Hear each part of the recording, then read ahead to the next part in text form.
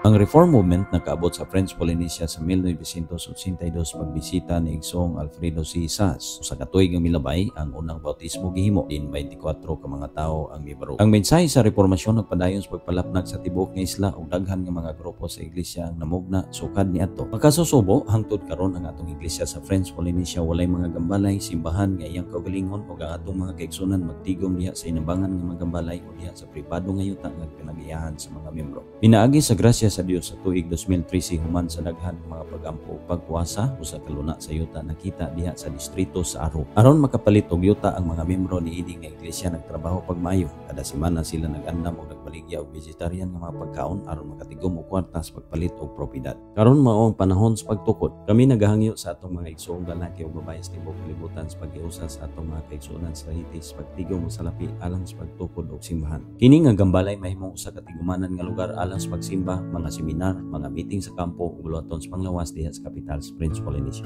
Ang mga pulong sa 1 Crónicas 22:19 milano kanato karon usa tindog ug tukuron ninyo ang malang puloy-anan ni Jehova nga Dios. Hinaut ang Dios mga panalangin kaninyo sa madagayaon ug hinaut ang iyang puluhaton mga uswag sa tibuok kalibutan. Inyong mga igsoon lalaki ug babaye sa French Polynesia.